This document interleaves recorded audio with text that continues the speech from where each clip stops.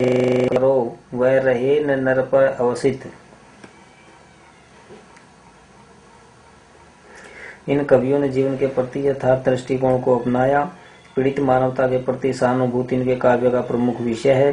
पंत जी ने अपनी प्रगतिवादी कविता ताज में कहा है कि जब मानव भूखा, नंगा एवं आवास विहीन होता है, तब ताजमहल जैसी संगमरमर की इमारतें बनाने का क्या औचित्य है।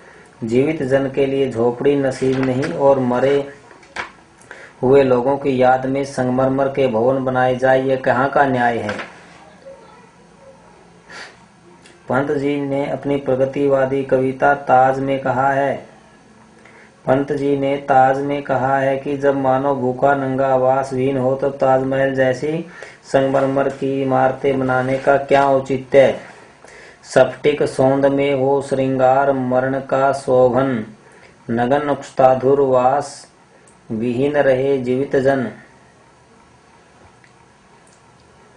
स्फटिक सौध में हो श्रृंगार, मरण का शोभन, नगन उक्ष्धा आतुर वास विहीन रहे जीवित जन।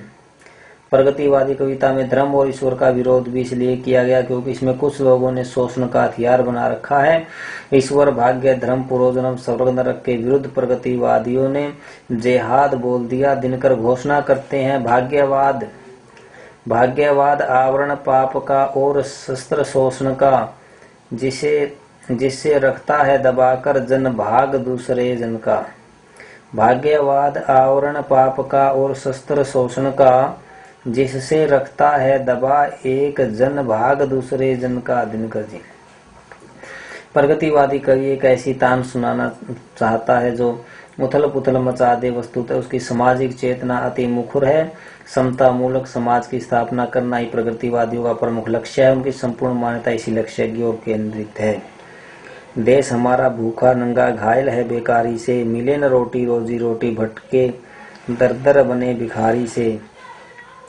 जमींदार है, साहूकार है, बनिया है, व्यापारी है, अंदर अंदर विकट कसाई, बाहर खद्दरधारी है। खादी ने मलमल से अपनी साठ गांठ कर डाली है, टाटा बिड़ला डाल मियाँ की 30 दिन दिवाली है। खेत हमारे, भूमि हमारी, सारा देश हमारा है, इसीलिए तो हमको इसका चप्पा चप्पा प्यारा है।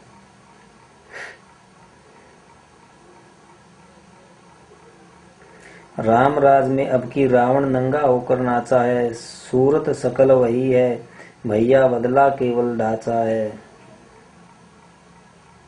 बहुत दिनों तक चूल्हा रोया, चक्की रही उदास, बहुत दिनों तक कानी कुतिया सोई उसके पास।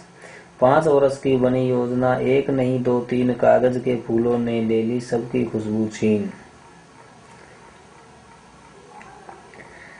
और प्रेत कड़क कर बोले, नरक के मालिक यमराज, सच सच बतला कैसे मरा तू, भूख से या अकाल से, बुखार से या कालाजार से। उसकी बात सुनकर उत्तर देता है, सुनिए महाराज, तनिक भी पीर नहीं, दुख नहीं, दुविधा नहीं, सरलता पूर्वक निकले थे प्राण। सहन सकी आत जब पेचिश का हमला, सुनकर दहाड़ स्वाधीन भारत के भूख मरे स्वाभिमानी। सुशिक्षित प्रेत की रह गए निरुत्तर महामहीन नकेश्वर। नागार्जुन की यथार्थ चेतना एवं लोक दृष्टि। नागार्जुन की यथार्थ चेतना एवं लोक दृष्टि। हिंदी के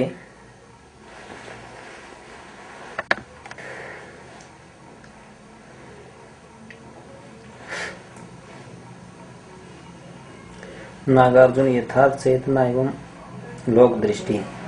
हिंदी के प्रगतिवादी कवियों में नागार्जुन का विशिष्ट स्थान है। आपका वास्तविक नाम वैद्यनाथ मिश्र है और आप दरभंगा जिले के निवासी हैं। हिंदी के प्रगतिवादी कवियों में नागार्जुन का विशेष स्थान है। आपका वास्तविक नाम वैद्यनाथ मिश्र है और आप दरभंगा जिले के निवासी है। पहले आप यात्री के नाम से काव्य रचना करते थे, किंतु बाद में बौद्ध धर्म अंगीकार कर लेने के बाद आपने अपना नाम नागार्जुन रख लिया और फिर इसी नाम से काव्य रचना करने लगे। नागार्जुन के व्यक्तित्व पर सर्वाधिक प्रभाव महापंडित राहुल सस्कृत्यान एवं निराला जी का पड़ा। राजनीतिक रूप से नागार्जुन साम्यवादी विचारधारा के पोषक रहे, इसलिए आपकी कविताओं में सामाजिक जीवन का यथार्थ चित्रण हुआ है। इनकी कविताओं में निराला जैसी सहजता, आक्रोश, व्यंग्य, अक्खड़ता, हुंकार एवं ललकार है। शोषण के विरुद्ध आवाज उठाकर, शोषितों के प्रति सहानुभूति दिखाकर तथा अन्याय एवं अत्याचार का विरोध करने वाली कविताओं की रचना करके आपने प्रगतिवादी विचारधारा का पोषण किया है, साम्यवादी विचारधारा का पोषण किया है। पीड़ित मानवता को सवर प्रदान कर नागार्जुन ने कवि के उत्तरदायित्व को भली भांति निभाया है। नागार्जुन सत्ता व्यवस्था एवं पूंजीवाद के प्रति आक्रोश व्यक्त करने में निरंतर अग्रणी रहे। उनकी कविता में राष्ट्र प्रेम है और आजादी के बाद के भारत का यथार्थ चित्रण है। देश हमारा भूखा नंगा घायल है बेकारी से, मिले न रोजी रोटी भटके दर दर बने भिखारी से। कवि नागार्जुन ने अपने युगीन यथार्थ एवं समसामयिक चेतना को काव्य का विषय बनाया है।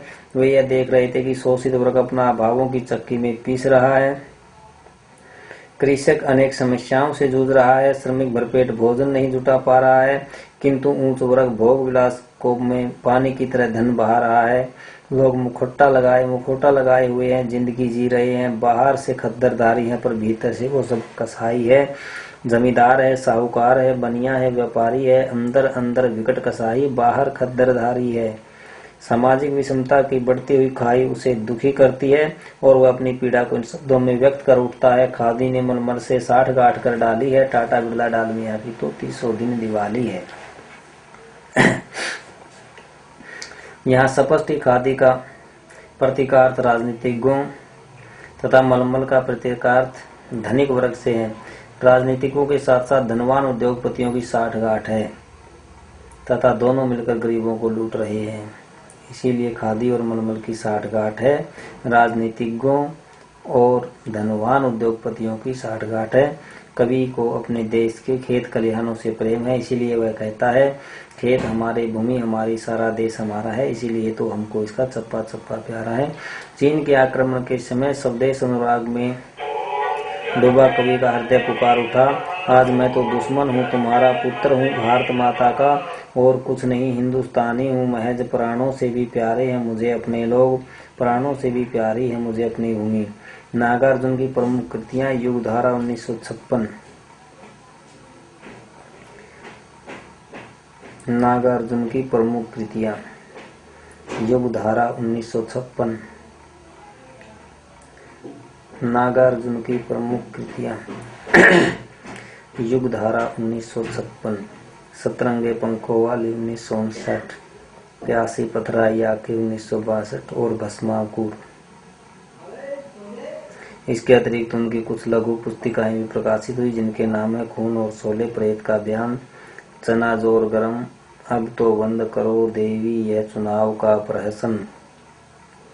नागार्जुन की कविताओं में जनजीवन की आशा आकांक्षा व्याप्त है और वह सामाजिक चेतना से परिपूर्ण है। उन्होंने भाव से ग्रस्त, पीड़ित, शोषित, सर्वहारा वर्ग की वेदना को अनुभव किया और उसे कविता की वाणी प्रदान की।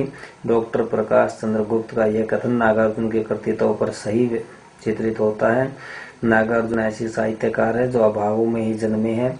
पीड़ित वर्ग के कष्टों को उन्होंने स्वयं झेला है। निसंदेह ऐसा ही व्यक्ति भारत की निम्न वर्गीय जनता का सच्चा सांस्कृतिक प्रतिनिधित्व कर सकता है। नागार्जुन ने काव्य में यथार्थ चित्रण अपनी पूरी सच्चाई के साथ किया है। उन्होंने कुछ भी छिपाने का प्रयास नहीं किया। कवि जानता है कि हमारे वर्तमान समय में सत्य बोलना पाप है, चापलूसी करना, झूठ बोलना युग धर्म बन गया है। सपने में भी सच न बोलना वरना पकड़े जाओगे। भैया लखनऊ दिल्ली पहुंचो, मेवा मिश्री पाओगे। माल मिलेगा रेत सको यदि गला मजदूर किसानों का। हम मरभूखों से क्या होगा, चरण गहो श्रीमानों का। कवि ने अपनी व्यंग्य रचना चना जोर गर्म में भ्रष्टाचारी, स्वार्थी, अवसरवादी लोगों की पोल खोलते हुए व्यंग्य किया है। चना है बना मसालेदार, खाइए भी तो यह सरकार। मिलेगा परमिट बारंबार, मिलेंगे सौदे सभी उधार। नया हो जाएगा घर बार की लद लद कर आवेगी कार। नेता लोग किस प्रकार गांधी जी के नाम पर वोट बटोरकर गांधी जी के सिद्धांतों को तिलांजलि दे रहे हैं, इसका यथार्थ चित्रण इन पंक्तियों में है। बेच बेच कर गांधी जी का नाम बटोरो वोट, बैंक बैलेंस बढ़ाओ, राजघाट पर बाबूजी की वेदी के आगे अश्रु बहाओ। भारत भर में व्याप्त भ्रष्टाचार को देखकर कवि का हृदय पीड़ा से रो उठता है और वो अपना आक्रोश इन शब्दों में व्यक्त करता है। राम राज में रावण अब की रावण नंगा होकर नाचा है, सूरत सकल वही है भैया बदला केवल ढांचा है। निष्कर्ष यह है कि कवि ने मजदूर, किसान, व्यापारी, नेता, जमींदार सब पर दृष्टिपात करते हुए उनका यथार्थ चित्रण अपने काव्य में किया। उसे सामाजिक विषमता पर आक्रोश है, व्यक्ति का भाव, उससे पीड़ित जनता से उसे सहानुभूति है।